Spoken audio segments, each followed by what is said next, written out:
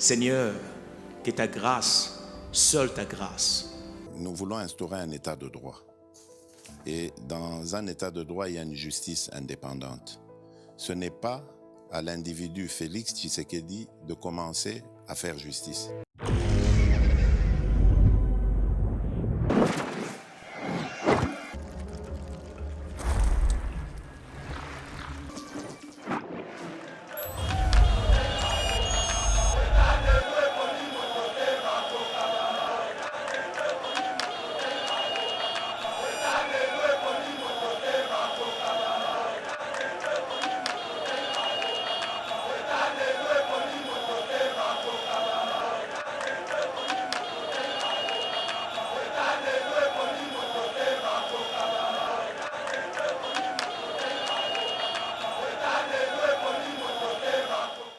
Voilà. Donc, allons la photo ya Fachi nanda kuna ye puisque Fachi a sa type na yete, Fachi a sa type ya Maman Denise Nyakero Tshisekedi. Allons la nanda kuna pour ça na kinate. Mais na parler du peuple ça ya yete. Po bureau wana papa Nzulu Mibembe sala kuna. Bureau wana ezana ba vie boboliko basala kuna. Bakalume mwana kamwe basala kuna. Ba vie nzondo mi ado pelingo ba mama Philomène Matuku basala kuna. Ce n'est pas Maman Janine Mabunda, il y a Kolongola, l'institution président de la République. Et puis le comité il y a Moutazala qui n'a pas directeur AI, Eberon, Papa Wana. Abalou qui pour aya ko fongola livre, abeta pour signaler banque Mokonzi. Lumière na kata cabinet ya Mokonzi na bureau na ye. Bazomo na ke elili eleki ya Mokonzi mboka. Quel niveau ya impolitesse. Pasteur Gili. Na ya ba ben poli. Ba conseiller Mokonzi mboka. Na lobino ya pamba, ce n'est plus le temps. Batika musala balongwa. Na ya il y a des gens compétents. Pasteur Gili balongwa. Balongwa musala et puis le comité c'est qui est encore vrai. Retraite à la loge. Na outil Congo central ya momoni do na émission retard.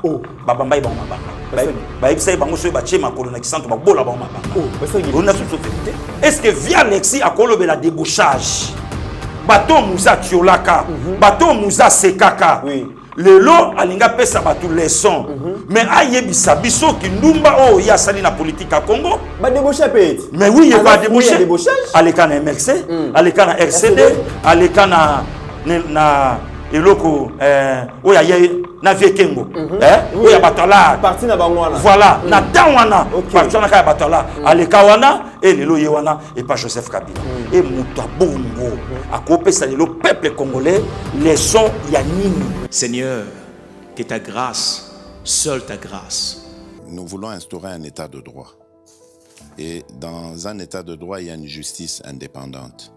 Ce n'est pas à l'individu Félix Tshisekedi de commencer à faire justice. Très heureux de vous retrouver, mesdames et messieurs, dans le cadre de notre émission Éveil patriotique Lelo, 89 000 abonnés. Vous allez constituer audience à Yeba TV.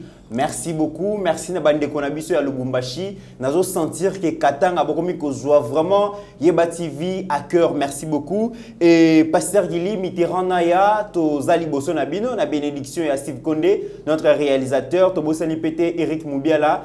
Eric Moubiala Lelo Azali Nessengo parce que je vous informe que vous allez célébrer bongo anniversaire ya Madame ya Eric Moubiala na kombo ya Beverly Malenga. Lelo ezali anniversaire na ye Madame Place Ozali Yeba TV Mobimba to tombelio mbotama ela muto ebike après Moussala to kende kuna na ebike loso na madesu hymne national ezanga raté parce que Yeba TV mutabo ya ngwazate na ebite soki Pasteur Gili arobo ya loso na madesu. Voilà mesdames et messieurs, en tout cas c'est un grand plaisir pour na biso kokutana na bino. Masoloni to kobeta Léona Pasteur Gili. Boyebi que consultation bandaki lobby mokonzi mboka bandaki bongo na ba institution d'appui à la démocratie notamment CENI ozaki kambama ki bongo na Corneille Nanga après CENI ezalaki bongo Sensa conseil national donc de suivi de l'accord où ezalaki kambami bongo na Joseph Olenganko yepe bayambaki mokonzi pe ayambaki Laurent Mosengo. Donc toko sala point par point bato nyonso ba pesa ki point de vue na bango toko analyser on a Pasteur Gili. Deuxième sujet mesdames et messieurs, toko beta lisolo ya arrivé ya ba bus Transco ba bus mokonzi mboka asombeli ba congolais na ba congolais ba bus ya sika image ezali télévision ezali radio te bokomona yango mais gestion ya ba bus transport na ezala kindenge nini est-ce que to continuer ko se manifester na ba civisme ya ko panza yango ko zikisa yango aussi longtemps que ba konzi batambola kanango te transport ezala rapona biso peuple to batela yango to koyoka point de vue ya pasteur Gili to kobeta pe lisolo ya ba kuluna oyo balingi ba koma ba cultivateur ba agriculteur 900 kuluna balongwe Kinshasa bazoke nekanyama CC pour basala bilanga tokoyoka pe point de vue ya pasteur Gili mais mesdames et messieurs tobo sanité vidéo oyo ba collaborateur bokolimbisanga na kozala très dur mais lorsqu'on touche au premier citoyen de la République et sengeli tozana ba mot dur envers batouana o bazali ko sakana na mokonzi mboka bomoni vidéo ya ba collaborateur indiscipliné distrait mais aussi impoli ou balingi ko respecter mon consité na comportement na bango toko zwa bango lelo parce que mon konzamboka za muninga ya mutute mon konzamboka basakana kana ete azape camarade ya mutute il est le chef biso ba africain ba bantu na bandiloti to respectera ba konzi voilà le sujet auto yeli bino lelo poto bete la bino lisolo vous allez scotcher bo partager ba vidéo na biso parce que tous en a besoin qu'il na décembre to comme 100 000 abonnés avant ya ko pesa pesa gilimbote bomoni constitution ya République démocratique du Congo ezali bana mboka oyo bazana souci ke biso nyonso toyeba to maîtriser mibekoli konzi ya mboka na biso ça c'est notre conscience commune auto tient na kati livre oyo c'est monsieur Patrick Ikani Batanga yende mutazui initiative ya ko reproduire constitution pour na kotia na disposition ya bana mboka ezakaka $10 ya pamba ce que lingo yeba ndenge mboka esengeli fonctionner tozoyoka kuna oh mokonzi a violé constitution oh kuna mokonzi a respecté constitution mais constitution ngo ya ngoyo mutu na mutu azala nango à part bible tozala ngo na ndaku tozala pe na constitution to yeba elobi nini et ko permettre biso to yeba ndenge nini mboka na biso e fonctionnaka leader Gili Bokwala bonjour. Bonjour Ndeko Mitterrand, bonjour na 89 000 abonnés, vraiment donc ça fruit à travail. Bravo na DG Shadrack, bravo na ba personnel nyonso. Ya Yeba TV oyo bango nyonso ba tchelo boko na pat pour Musala Ekende na moni ingénieur Eric na ko tombeli maman Beverly. En tout cas maman Mbotama Elamu na yebe que aussi si Musala moi et Lubu na parlé pour ingénieur auto zappé moi le meilleur Kalamingi déjà fatigué. Tout ça on a fait ni mois pasteur Gili.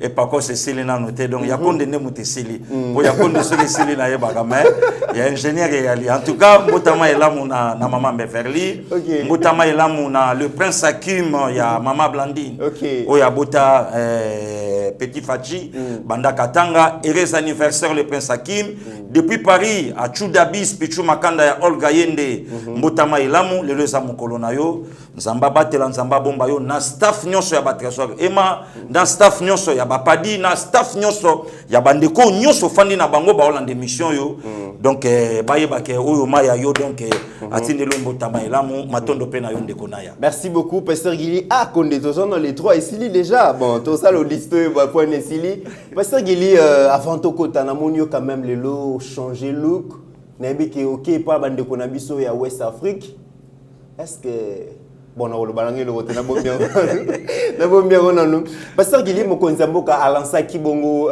concertation lobby ayamba bandaki na ba institution d'appui à la démocratie to kende na malembe et ya liboso na lingi to meka ko expliquer to meka ko analyser Corneille Nanga parce que yende bayambaki muto ya liboso makambo nyonso zali ko leka ba député na ba sénateur makambo nyonso zali ko leka Corneille Nanga yebi likambo yango na mokonzi mboka pe abandaki na ye mais curieusement Corneille Nanga donc azana même langage que bandeko ya FCC pona ye il est extrêmement urgent ya ko remplacer bongo ba animateur ya CENI parce que bango baza déjà illégitime bango bakomi na fin mandat alors que batunyo so bazo senga ba réforme maintenant Corneille Nanga abiki bango bazo senga na mokonzi mboka a remplacer rapidement bango mais aussi baza déjà à lobby surtout que esengeli coûte que coûte élection et ça les mana 2023 dans le respect à la constitution et baza déjà na chronogramme comme mati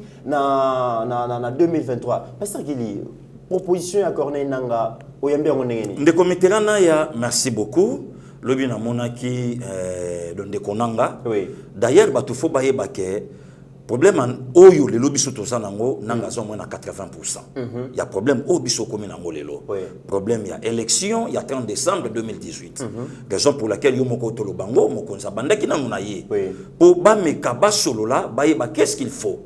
Mais ce qui est curieux nanga lobby même langage na FCC. Donc demande il y a FCC. Au lieu il y a réforme. Bango balingi bacha directement ba animateur musala et continuer. On sarazala saoudite sans eloko loko la nanga asa successeur yabe malumalu. Alors on sarpe asa pe successeur yananga. Donc virus c'est so continuer. Or besoin c'est ça besoin il y a réforme. Audit salama.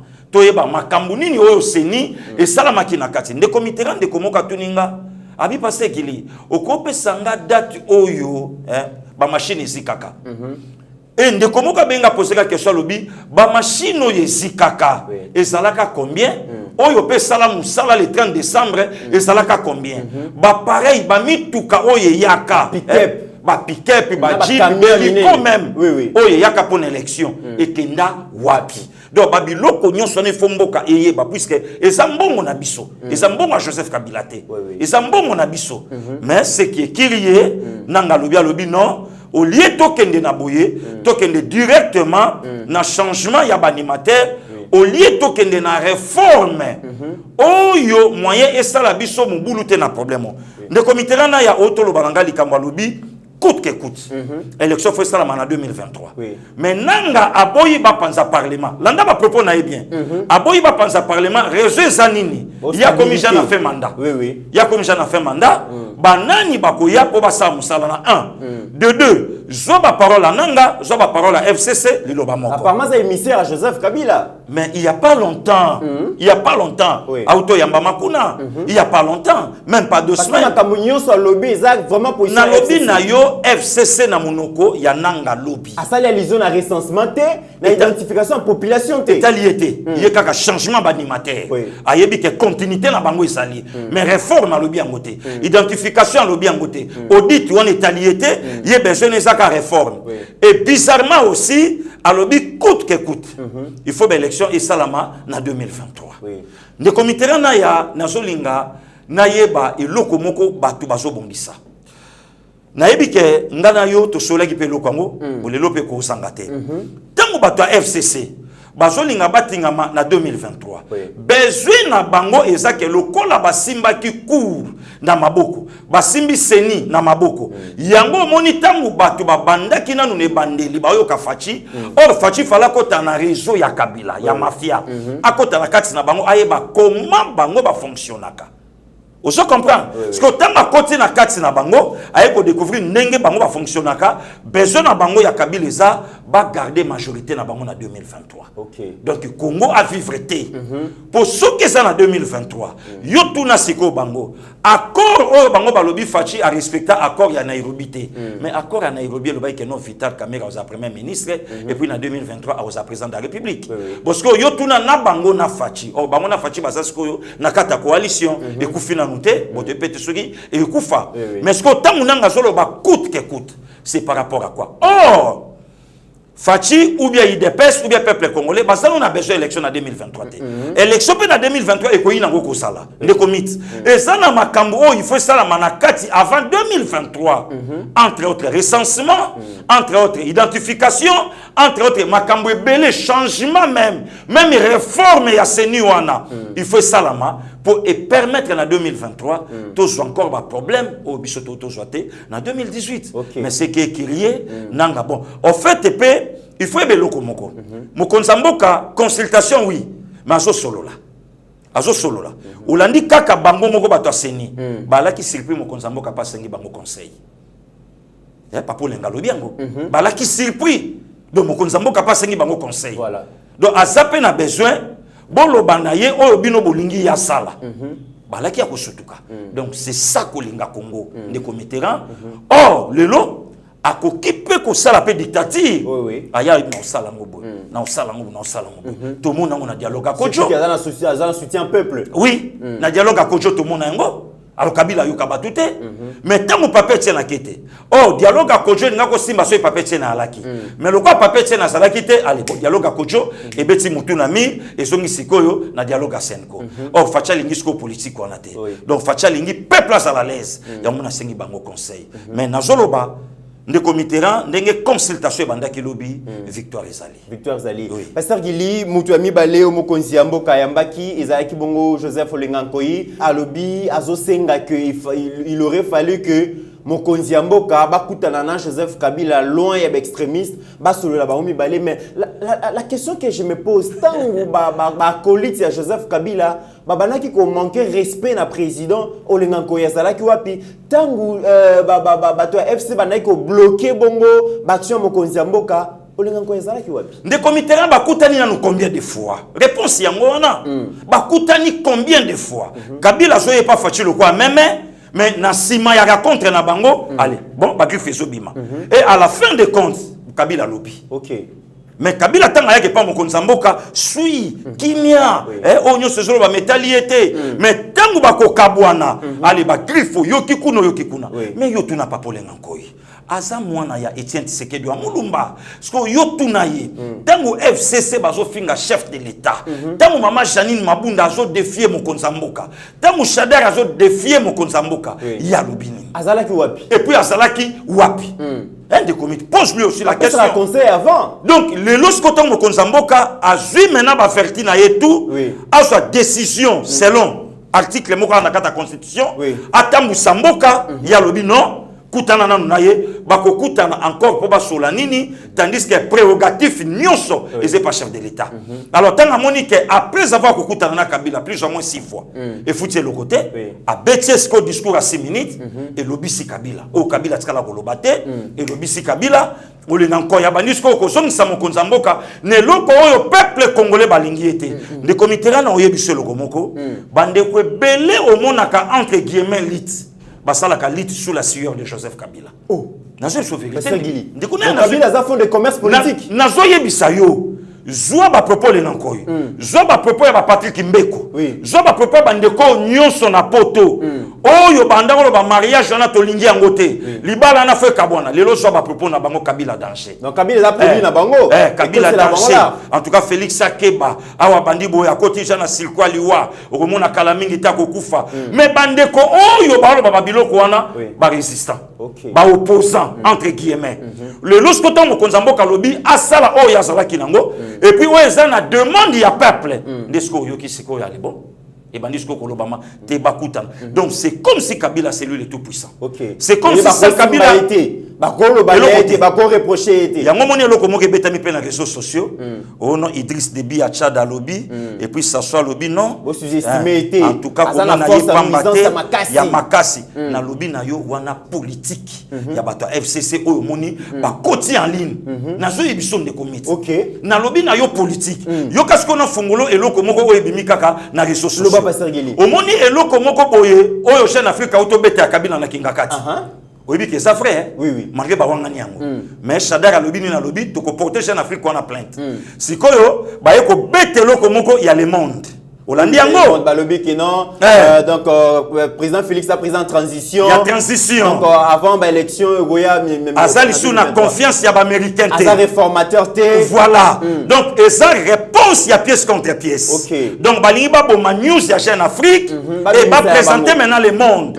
Et puis on va remarquer sikoyo na ligne. Batuna bango skale information na e bangisiko kokende nde comité là et sika colère na ngezo vanda na ba communicateur ya chef de l'état et sika colère na ngezo vanda na ba nominé communicateur ya IDPS et parti nanga baza wapi lelo ya ko expliquer ko yebisa peuple que non et ça makambo lukuta c'est une façon ya ko yebisa peuple selon FCC or kolo le monde wana oyo aza awa représentant grand ami il y a Joseph Kabila. Le communicateur, il y a eu deux personnes qui ont un bébé. Il y a un lobby. D'ailleurs, Pasteur Gili, il faut souligner que ambassadeur des États-Unis a énervé bato FCC makasi. Nasoya alors durant le monde voilà des occasions pour na bango à minimiser président Félix voilà réformateur té oh mai caméra lobi non soutien na biso tisikoyo et ça toujours auprès ya chef de l'État et au remarquer des comités bato sikoyo bango na ligne komi o kutu fachi kutu américain batikiye au moni kutu donc ça n'est qu'à transition c'est que maloba ikuna na Belgique ya solo a sala ka mandat moko donc Kabila ninga kotisa batu na mitu donc na batu na ye kotisa virus que nyonso eko salam awa c'est lui oh lelo baza déranger lelo baza touché que ba propos Kabila loba aloba ki na kinga kati que lelo jeune Afrique a relayer yango et puis des comités c'est qui est encore vrai retraite à la loge na outil Congo central yango moni do na émission retard babamba ba mabanga ba ibisa bango so ba chema kolona ki centre ba bola ba mabanga on a toute vérité na yebisio vérité na ki centre batu na ngai bantando montando donc ba mona député na ba sénateur ba na lobi na yo donc mintandu minderi ba telemeli bango kuna ba lobi soki bo yeli sumbo la loge awa boko twa mabanga mais toi que j'ai solo sénateur Lola Lisanga oyo azalaki parmi ba sénateur bakendaki donc kosenga na cour constitutionnelle ameka un peu donc ko examiner ba ordonnance à mokonzi wana ba lobi a eu décision qui a soutenir mokonzi mboka mais to landi yango FCC déjà apparemment mabego moko na lobi na yoto ndeko mitterrand mutabeta tolo na bolingo te mutabeta pe tolo na mbongo te so moni mutako mobeta tolo na bolingo yebaka bolingo ani za sir so moni mutako mobeta tolo na mbongo yebaka mbongo ani za mabe donc mutazala ka leste loko ne mutabeta la mo ani tolo te mwana mutako lakisa na batuka o papa ou maman ça c'est très bien donc ba trace kolakisa affection kolakisa eza ndenge moko na FCC tango yoki FCC ba telemi oki Sénat solo balobi majorité na biso eza ya côté katé mais quelle majorité mais basomba ya kosomba te mais justement côté katé mais za ya kosomba quand même on dit makeza ya kosomba mais justement est-ce que muto ya lobi majorité na biso eza ya côté katé akolobela likambo il y a débauchage aujourd'hui voilà il est la personne ou on n'a pas na respect nango il est vraiment kolo la débauchage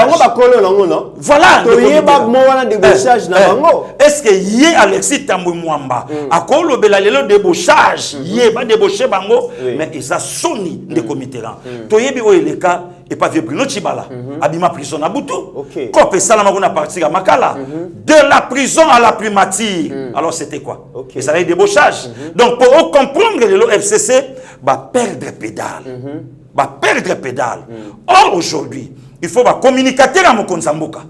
Il faut un communicateur à IDPS. Bateau baza payé par mois. Selon leur job. Voilà. Il faut basa musala. Ce n'est pas passer Gili, ou bien Bécholé, ou bien Epan de comité Ranaya, ou bien Kandolo. Non. Bateau baza en obédience, biso to salango par rapport. Il y a souci à Mboka na biso. Mais bateau baza, neti analyse oyo, il y a le monde. Il y a un V. En Belgique, Henri Elément, docteur. Naso bon de l'ensemble, même vient na babenda ye donc attend la présidence, na place à ba conseiller ya pamba wana. Donc vient on am tasale ninga analyse à lobby petit Gili tala likambo oyo jeune Afrique abimisi. Alors le monde il va débrouiller lokomoko.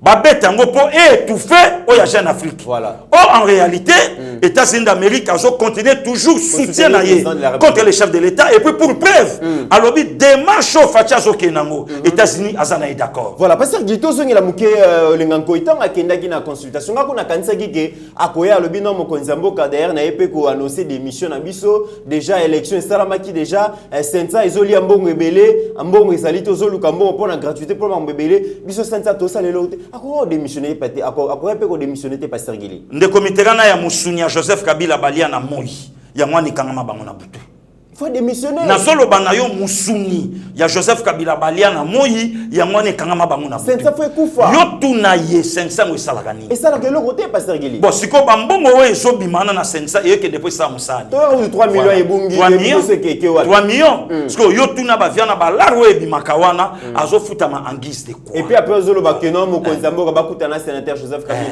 batumso azo énervé batunamboko azu pe ba réponse na ye tanga lobaki ata la commentaire oyo diaspora ba komelie ayoka commentaire oyo ba imboka na kata Congo ba komelie pour à comprendre que souci ya peuple congolais ndeko mit ndenge nga na yo toza na plateau ezana batu bazal na yo qui vient nga docteur tonalité na ye de vers le balikolo mais vient na mikili c'est un médecin mais pour comprendre que azo landa ngote pona nzala souci ya makila ya mboka na ye nazo yoka ba pichu mo le air nyoso pichuna kotuna kolakisa nga pe ba donner musu na kata mibeko souci mwana mwasi une dame mais souci na ye mboka na ye donc pour comprendre que le loba congolais sika ba fandi colère na bango ezake mboka o échanger d'ailleurs piste au chef de l'état suit et c'est pas l'histoire de Batubele piste au déjà mon konzamboka suit et puis de comité ra mutako sayote FCC baza déjà en perte à vitesse.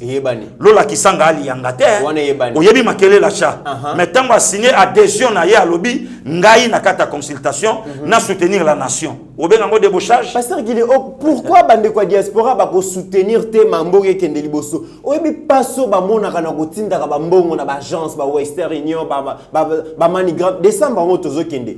Combien bagno kwa maka mwana abeli na Kinshasa batinda mbongo classe ya bana gratuité ba lobi na septembre batindi mbongo te tele ngo bazana ngo alors et c'est tout à fait normal ba adhérer bongo na ba consultation mo konzamboka a lancé pasteur Guilé Laurent Mosengo pona ye a lobi et sengeli mo konzamboka ba sala nyonso po ba centrer makambu nyonso sur l'économie parce que l'économie ne ko permettre à ce que peuple à connaître le développement. Merci beaucoup de comité mais est-ce que batuba yebi régime auto traverser na mboka donc oyo ba nango donc ata bakulutu on dirait batumsu bazo yebate to ça na régime semi présidentiel mais bazo linga ba faire montrer na peuple régime présidentiel donc esika oyo mokonzi azana totalité esika oyo mokonzi azana monopole mais oyoka mutu mususu sikoyo tanga na lobi atuni ke bon Kabila mais Kabila parle na régime nango mais Kabila avait la totalité alaki na parlement alaki na sénat alaki na ba donner tout mais tango cardinal Mosengo bazo lobelo ko na likamba gratuité ya pamba enseignement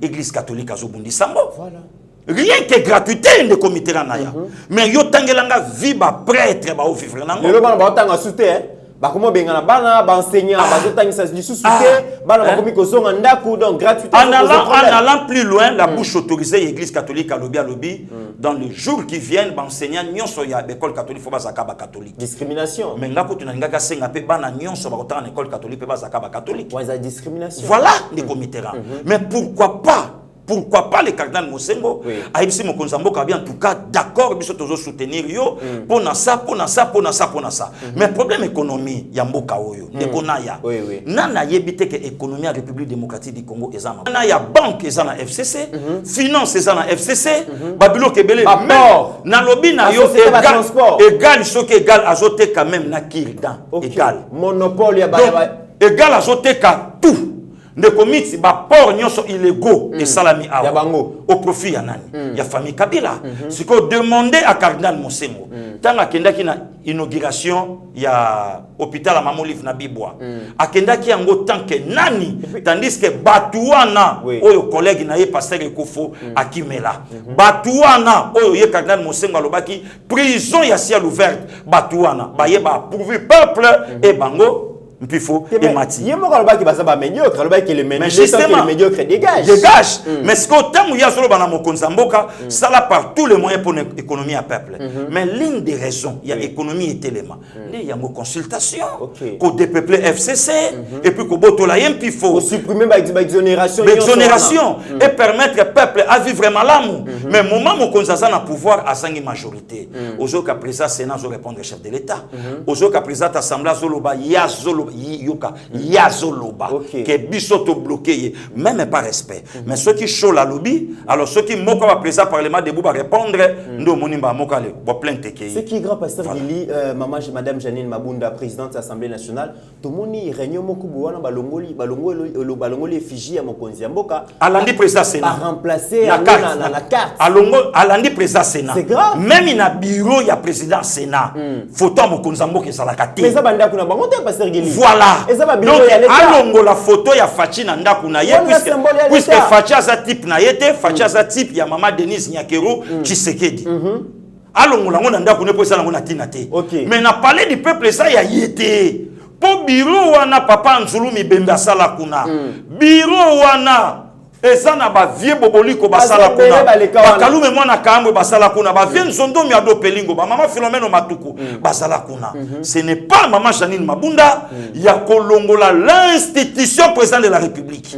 Photo na ye l'État na bureau de l'État pour a tromper Batou na carte RDC.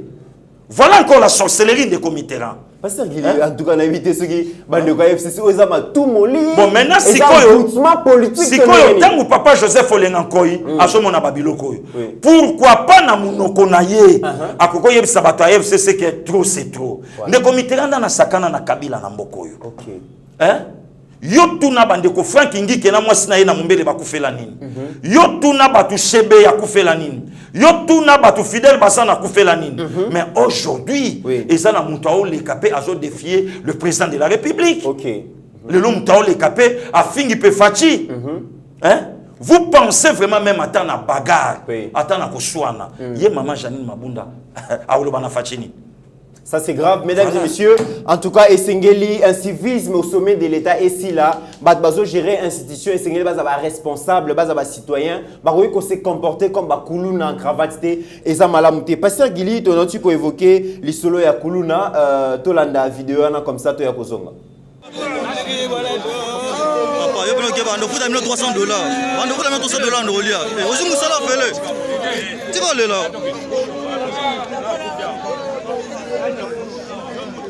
Kuluna wazu msala. Janem. Pasteur Gili na ville province à Kinshasa, Tonyo Kwami et puis tozo continuer konyo kwama.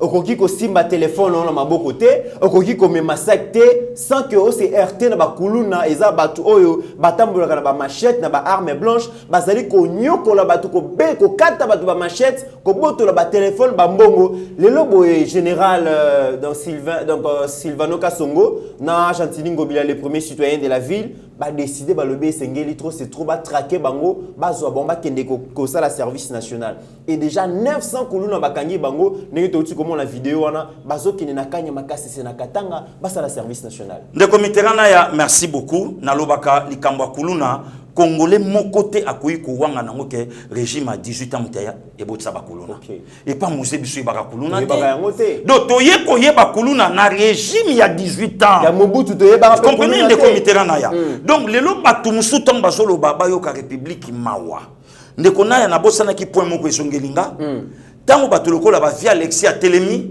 aolo ba likambo ya débauchage ozotala Némi Moulania Telemi aolo ba likambo ya débauchage mais yo tuna Némi Moulania 5 ans passé ba yebaka yete c'est ça et ça na batu ba pionnier ya PPRD lelo ba sa souté lelo vient nga Francis Kalombo parmi ba pionnier ya PPRD azali souté tango ya nga Francis Kalombo azotombo la banderole ya jeunesse PPRD na bandal Alexis Tamwemba rebelle OK azobundisa pouvoir oyo ozui ba ser nanga Wivine Moleka ozui vient nanga Vital Kamerhe voilà ba ser nanga Koko mais lelo komona Némi Moulania Henriette Wamuti lelo voilà ba ser nanga Henriette Wamu bo lelo yo nanga mwa changement donc lelo sikoyo bato lelo ba komi ko lobela PPRD bakuya kuya kona ya na lobela yo bakuya kuya Pasteur Gili na lobi bakuya naya est-ce que via Alexis akolobela débauchage bato muza tiolaka bato muza sekaka lelo alinga pesa batu leçon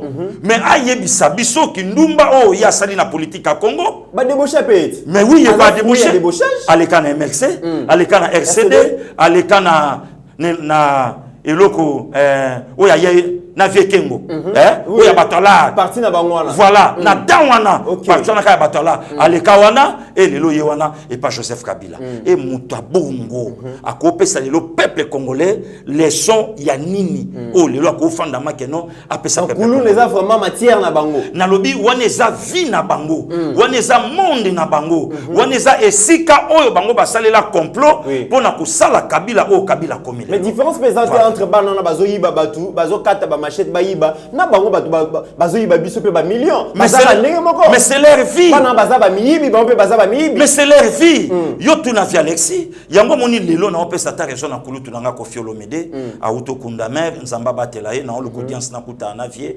Donc wana maman mi vraiment pe mana kimia wana bamblème mboka ba mopa ou ba papa chéri bamblème mboka.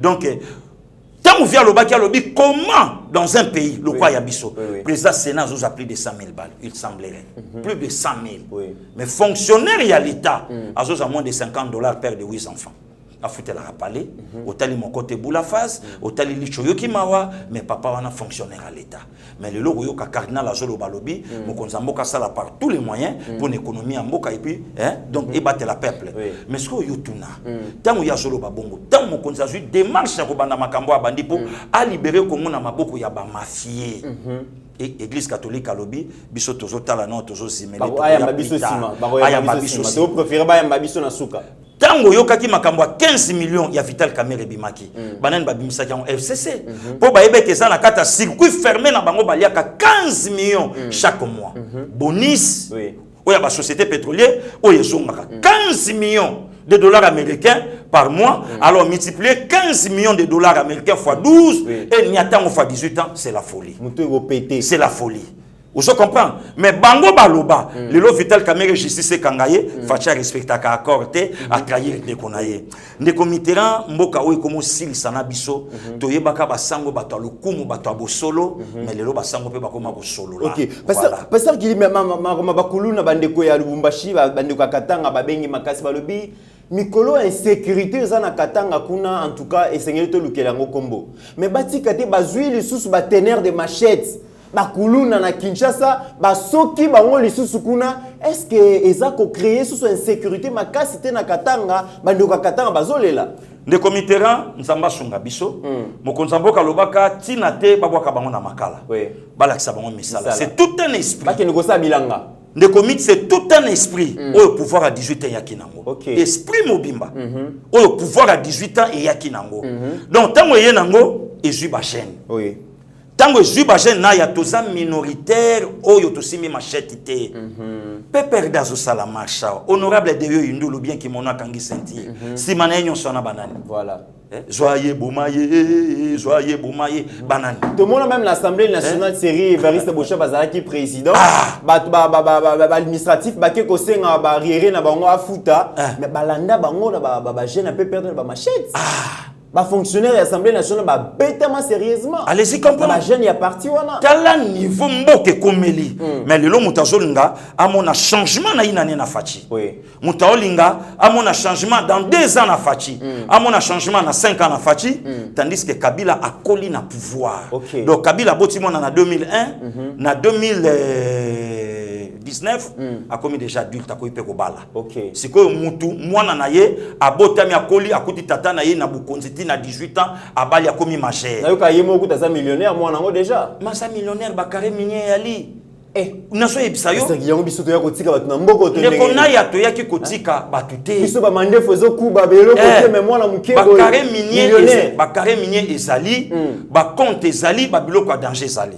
Siko okomo na mer azotambola kota est pour na ko distraire biso après biso 50 on est nsenge o biso da mailobi ya leka ya voilà on dirait pas on opesa biso on dirait pas on opesa biso donc c'est une façon ya ko répondre bata est c'est une façon ya ko répondre même à ta première dame ta la fief na yo et vous ça les logoté voilà Pasteur Gili to ke ne tozonga na Kinshasa parmi babiloko yo biso to kutana kanango surtout biso bato tozana makolomi balena nute ata moto ya pambate ezalaka ba moyen de transport na ezoya l'état tchara na discussion na ya ezoya ka ndengo lobi bo ezoya Pasteur Gili ezoya na ezoya bazofinga biso trop na lobi ozo sala musala munene bazofinga biso musala oyo ozo sala eleki bato bazotambola na mituka ya l'état c'est grave musala oyo ozo sala eleki mutazana garde du corps musala oyo ozo sala il faut l'état foutela yo ndaku vraiment musala oyo il faut l'état abattre la yo bonde comiteran obongolisi bato belé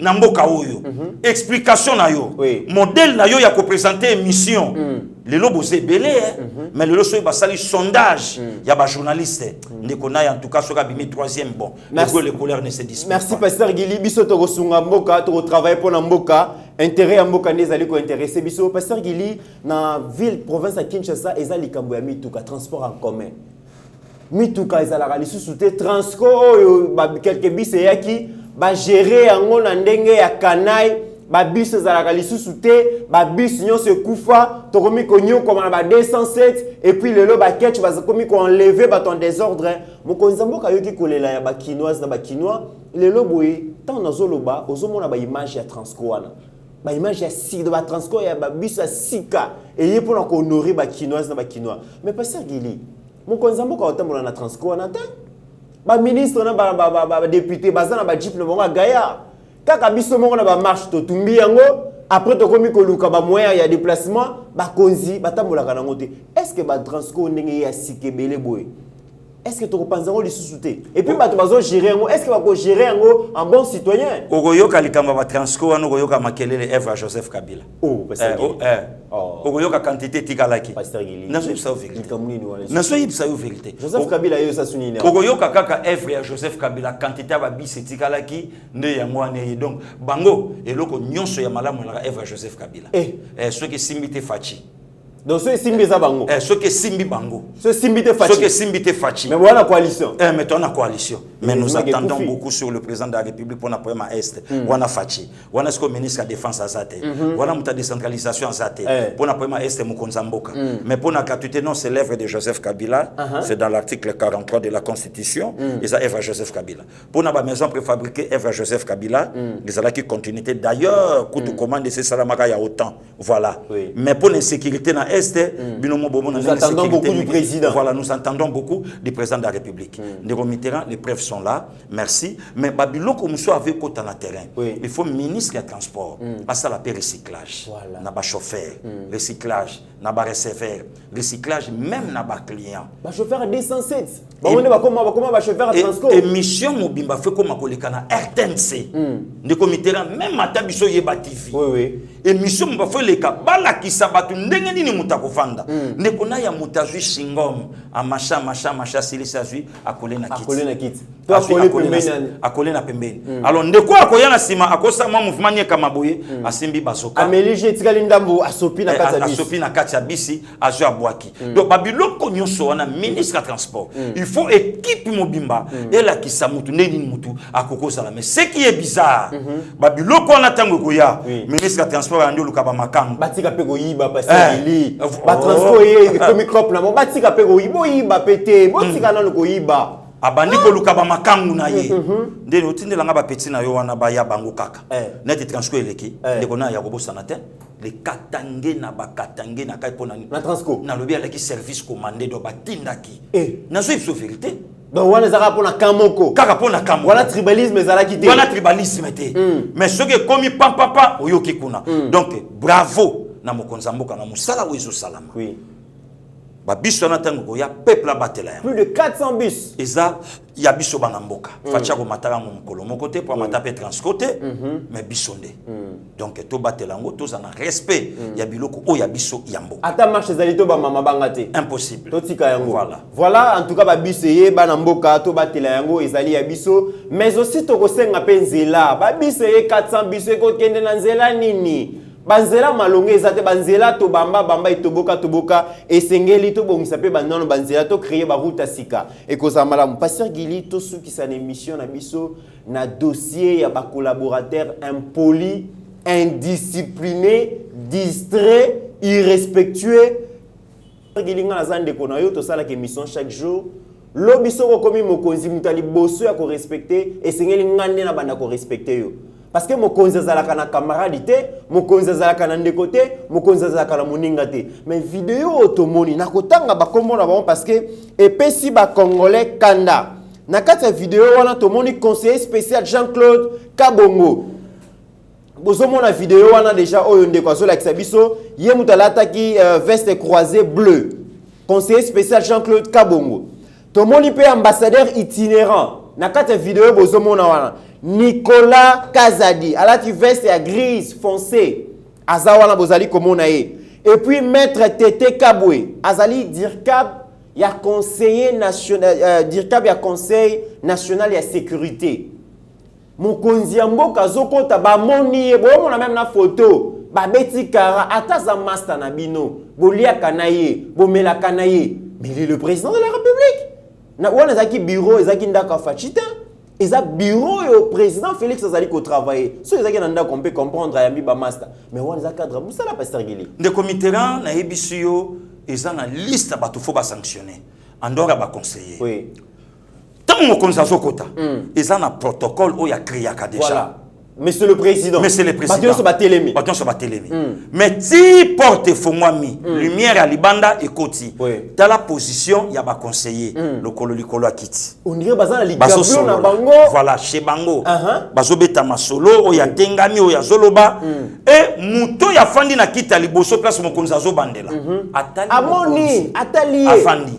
Oyami Balafandi. Atali et le directeur AI, Eberand, merci Chief, à Telemi. Pe azotala bango mokonzi atelemi azozela sikoyo apesa bango place bafanda bango déjà bazaya kovanda et sous l'hypocrisie batelemi siko po bala kisa et puis bazobude kotelema na kobude et puis de comité rana ya mutazala ki na sima directeur AI Eberand papa wana abaluki po aya ko fongola livre abeta po asignaler bango mokonzi lumière na kata cabinet ya mokonzi na bureau na ye bazomona ke elili eleki ya mokonzi mboka quel niveau ya impolitesse pasteur Gili na ya ba ben poli ba conseiller mokonzi mboka na lobino ya pamba ce n'est plus le temps batika musala balongwa na ya il y a des gens compétents. Pasteur Gili balongwa Moussala, et ça manque à respect de comité. Vraiment. Et ça manque à respect. Na lobi na yo au moni berere mususu et puis mutumsu ya ko sanctionner. Oui.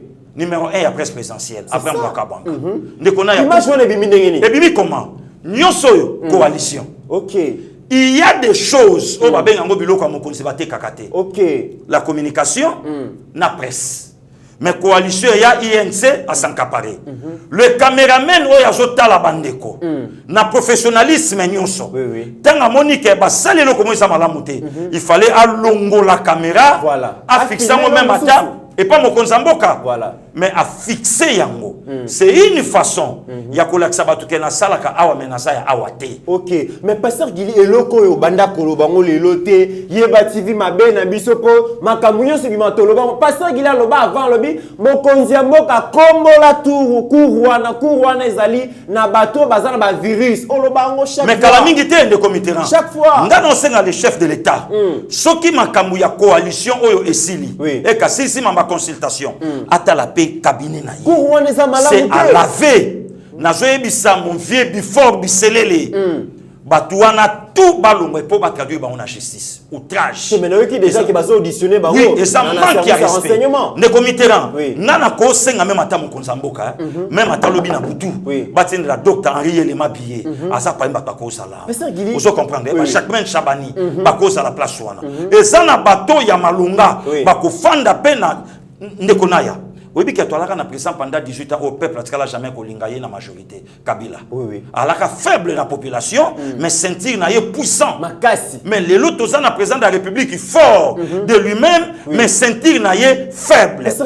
Pardon de comité. Nani a koki ko accepter bêtise ya boye na président de la République. Na 21e siècle et puis dans le Grand Congo. Na na oyebisa bango baluka ba bien na bango jabazonga Belgique. Mokonzamboka a remercié bango. Bazonga batour na matonge. Bazonga batour na matonge. OK. Molembe ki bacha makolote. Bakende kuna na matonge babetaka betaka batour. Afimbisaka matama ke azali conseiller. Baza et l'autre côté na lobby baza et l'autre côté na mituna. Mutapesio a lobby zalat. Est-ce que bayebi lo babengi ko za conseiller à Comment voulez-vous conseiller ya chef de l'État? Et puis ce qui est encore bizarre, les comités tant ou déjà baza on a na carte audition, ba auditionné par Abraham. Qu'est-ce qu'il fait? C'est ça le grand. Na autobetolo li solo ya Jeune Afrique, dans le monde. Wapi presse présidentielle. Aleka a démontré ba makambo un individu, un médecin, Henri Elema oyo kutazana na mikili na hiver sikoyo mais a démontré yango par le babi petit expliquer ba. So ezaki la mère men nde lobby déjà lobaki yango. Na lobby na yo. Il a répondu bango makasi na lobby na yo alinga kanyata. Alinga kanyata mais aujourd'hui ozomona ka ba pièce tala costume tala cravate parfois na poto la tangote voilà ayende sko ko tindango awa na lar na biso atindi yango na mikili triple semaine la wisto parole la gouvernement voilà inaperçu alobakate na inexistant Jelino Makelele ministère inexistant et puis de comité na ya comportement ba conseiller wana interpeller maintenant IDPS interpeller maintenant IDPS. Peut-être que mingi pe babunda te dans le corps militant voilà. Bino ba parlementaire debout pasteur Gili. Bozo bunda yo le kaka chaque jour, abechole chaque jour. Mais ezana ba conseiller mususu bazawana auti Belgique, ayemba la morazu musala, mais azo confondre président Félix camarade naye, président Félix master naye, na président Félix chef de l'État. Comment on a un bureau ya bat wana atamona mukia yebe bureau aussi makolo croisé des conseillers qui occupent des postes inutilement. Donc ayebi na ye tina ya kozala conseiller te bangwane batrenisaka ba do ba jipa présidence na ba awa na ba nyangwe partout na ba hôtel à côté na wana ba kimbuta conseiller tout ça de comité ran mokonza mboka longola bango musala eza na bateau baza na compétence ya kosala musala mais interpeller aussi IDPS interpeller IDPS pourquoi ba membre IDPS ba kambia IDPS batala bateau yo baza pena mokonzi 2 ans à coalition et puis c'est le côté 2 ans paye à cabinet chef de l'État et puis c'est le côté les bango tout dégage voilà mokonzi mboka lobi ba exonération ozo répondre na texte ya mboka te ya mibeko mboka te bo supprimer ngo mais bango bazo entretenir combien de conseillers bazo fandela ba dossier o ezana intérêt à peuple bazo sunga mokonzi mboka te bazo partager vision mokonzi mboka te mais bazo occuper ba bureau yo tuna bango na ya na mikili buloni basalaka yo tuna bango ne ba fandi bango misatu wana balakisa ba bulletin de paye na bango na photocopie ni banda ko sala lelo ole quand même bo batela muto aye na bino oazo pia bino boulot non ozo tala mutazo vimbana on dirait azolinga asala musala ko esala maso indeni donc yango moninga na zo ebisa le chef de l'État balongola bango même ata les vieux before azolanda ngai même ata mon vieux Didier baito pali balongola bango misala ba mbuma mabe de faux balongwa ba incompétent ben poli aussi ba distrait donc babiloko o yango mtezo traîner ba action chef de l'État otala na communication Abraham Toyoka Kayete toyebite azalaka na quel côté musani asalaka lelo souci ya batu et comme pas de comité ranaya et comme pas de Bokadiombo et comme pas Christian Bosembe et comme pas bande konabiso otali kuna ba César Ngadi otali kuna ba Bogis Pompema otali kuna bande konabiso ba aux États-Unis donc bango tout o lelo ba osala quand même musala kitoko mais yo tuna bato yo bazo soit salaire dans le comportement voilà mesdames et messieurs tokomi na suka mokonzi mboka esengeli o nettoyer cour na yo parce que il y a des gens qui sont impropres na ko assumer ba fonction ya l'État musala liboso bazui ba conseiller alors ils allaient ko betsa ba mutu ba ebelo ba bazali ko salate ceux qui bozali ko respecter mokonzi mboka te yé mutazui mokoloto na ye atie po nommer bino bon banani ba ko respecter. Voilà pourquoi bazali ko tchola na lelo bazolo ba kenon voilà ba propre collaborateur na bazo respecter te biso to respecter ndenge nini mokonzi mboka toyoka son toyoka sango parce que ezali malam te pasteur Gili tozongi so maloba pour clôturer émission lelo. Merci beaucoup de comité na ya ndenge oyamba nga na plateau na yo merci na 89 000 abonnés. Oh, quand même, les lots bozo supporter biso na ba conseil, bozo supporter biso na caprice na biso, et bozo supporter pe biso na ba makambo nyonso to yebite. Vraiment, Yeba TV akobosa na kabinote, nzamba pambola oyangai mama Justine, masango ya kulutu Dr Yelema, mama Sandra ya Ilobos, nzamba pambola ya Breveni Bolangala, Kemsingo ibokila lokondo ya moto, Sarambo depuis Montréal, mama Niès Yakulutu Félix Emmanuel Mafakala. Famille Kabea dans son ensemble, Nzambe a battu la bango, le boko ya Nzambe eko baku ganga likolo na bango, mambia ya autorité morale, Mama Martha et ya la Lumpunda, ya Alphonse King Kabea, Mama Jili, ya Yadon, ya Christine, ya José, ya Nicole, ya Martine. Nzamba bomba floflo et les tailor, il n'y a pas de souci. Le bisoki nko la zongite, toko kobaka ko sa musala, nenge oto sala ko bosanate a chudabis, place au fanina baninga, mbotama elamu, nzamba sa elobolamu, le prince Hakim, ya mama Blandine, ya petit Fachi, nzambe pe asela binombo lamu, lobi, ezambotama papa Crisol, lunzitisa, Papa Crisol, nous avons passé le bola moulo beza mukolo na yo, kimia na mabota na bino. Merci beaucoup. Merci beaucoup, Pasteur Gili, pour la disponibilité, surtout au Panzi Lelo Actualité pour les grands bonheurs. Il y a 89 000 abonnés Bazali Kolanda Biso. En tout cas, Tobo Sanate, Tobo a besoin de la Constitution de la République. Copie Nango Ezali Awa. En tout cas, c'est un cadeau que Patrick Ikani Batanga a tenu à disposition de Congolais. Congolais, $10 à Pambozu pour contacter Bisso. Merci beaucoup, chers compatriotes. Namoussa Ozali Kosala, Nabosa Inte Grévis, Foutila Liebo. Merci pour notre soutien. Papa Albert Bakat, mon pasteur, na Sepeli Makasi, place Ozali. Maman Marie-Jeanne à Suisse. Maman Marthe Keto Samba. Monsieur Bird Malonga, Tobo Sanité. Mais Togosu qui s'appelle na anniversaire toujours rappelé parce que tu as dit que sur Moussa Lesili toujours kende comme na bongo maman Beverly Malenga moi si ya confrère Nabiso ya collègue Nabiso donc Eric Moubiala donc lelo boluka bisoté après Moussa là parce que hein il y a la fête ça c'est fête hein donc maman anniversaire na yeta la biso mibali biso ba papa tozala kuna en attendant mesdames et messieurs portez-vous bien car chaque jour est une vie. Seigneur, que ta grâce, seule ta grâce. Nous voulons instaurer un état de droit. Et dans un état de droit, il y a une justice indépendante. Ce n'est pas à l'individu Félix Tshisekedi de commencer à faire justice.